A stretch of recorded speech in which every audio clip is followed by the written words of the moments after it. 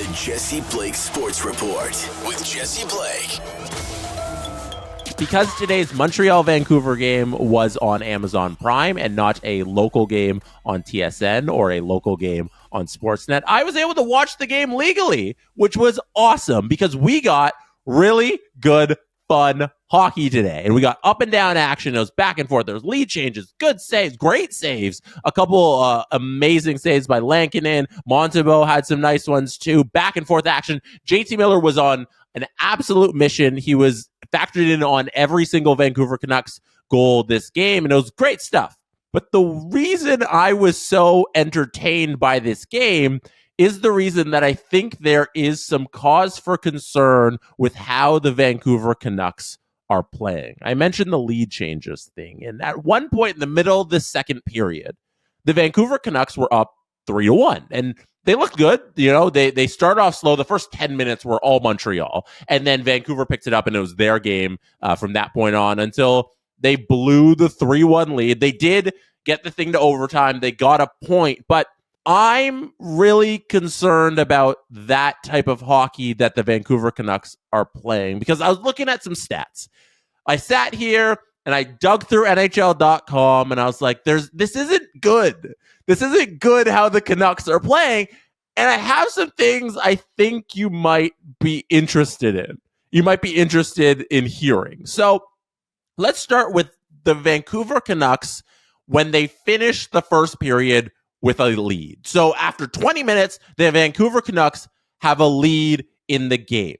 This season, their win percentage after leading the first period is .545. They are 6-2-3 when finishing the first period with the lead. That is 28th in the league when sorting by win percentage. They have the 28th best win percentage when leading after one period. The only teams beneath them are the Chicago Blackhawks, bad. The Buffalo Sabres, bad. The Nashville Predators, bad. The Utah Hockey Club, not great. Those are the four teams below the Vancouver Canucks in win percentage after they lead the first period. Okay, not great. But let's check the second period and where they sit there in win percentage. So when they finish the second period with a lead after 40 minutes, the Vancouver Canucks have a 6.84 win percentage. And that doesn't look great on the surface, but when you look at it, it's that 6.84 win percentage is really 13-0-6. So they haven't lost in regulation when leading after two periods. But those 6 points that they're missing out there are actually really significant because that is what's bringing their win percentage down to a 684. And a 684 win percentage when leading after the second period is the 31st best win percentage in the league. It goes often unnoticed, but NHL teams are really good at winning after they lead the second period. Most NHL teams are amazing at holding a second period lead. For example, the Toronto Maple Leafs, Florida Panthers, Minnesota Wild, Seattle Kraken all have 1,000 win percentages when leading after the second period. They have not lost so far this season. There are also 10 teams with 900 and above win percentages when leading after the second period. And the Vancouver Canucks are one of only 3 teams to have below 700 win percentages when leading after the second period. It's only them,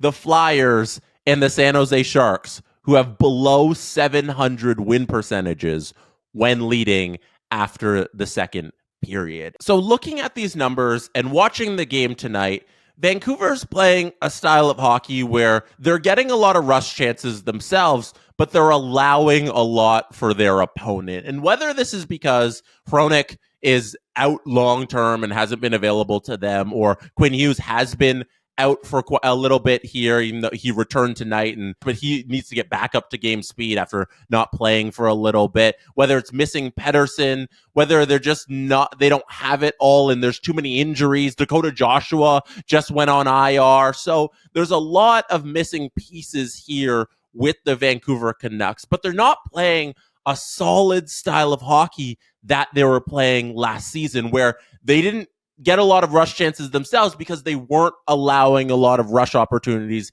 the other way. And this run and gun style of hockey that they're trying to play here while guys are out isn't effective in winning games and finishing off games, especially. And there's a lot of concern in my eyes with how Rick Tocchet has them playing hockey. And I wonder if right now, while they figure out the drama in the locker room, while they figure out how to get everybody healthy and playing at one time, if it's just not better for Vancouver to play a simple style of hockey. And if that's not the best way, while this lineup is in flux, to get them to capitalize on opportunities where you have a 3-1 lead and you hold it and you finish it out. Like, they need to get back to some sort of simple hockey in a simple game so that they can capitalize on these leads and get all of the points that are available to them. So that's just some thoughts on the Vancouver Canucks right now and how they are playing hockey. I don't know if the playoffs are concerning for them, like if they're going to miss the playoffs. Calgary is right on their heels. They are in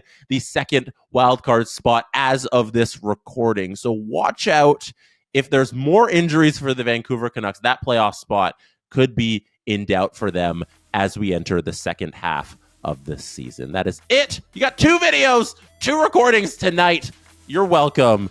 Hit subscribe on the Jesse Blake Sports Report YouTube channel. Hit like on this video if you're watching there right now. I will see you again very soon. Good night from Toronto. And that is how it's done.